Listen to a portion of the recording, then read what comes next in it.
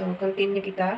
Gamit kita ng magic blusher for our cheek and eyelids. So, panahon kita sa magic blusher kay from white.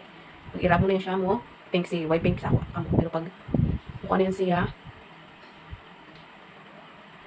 pag irap mo na, mauve pink na. Ano yung pagka-pink is BB pink. Fresh pink ng atake niya, guys. 30 ml na siya. Gamit mo siya ng pinakamahaba na panahon. Sa ako is 6 months na kapin. Hapit na mag 7 months. Dilihan, klaro mo, pero sa personal ka, kadayaw, guys. Pwede sa siya gamiton, pwede na siya ma-lipstick. Pwede sa eyelids. Pwede na siya, guys. Sa mga conservative na viewers na gusto ganun, kasayda lamang. Muna lang siya isaktong pag-apply. Para makuha noon yung pagka-pink.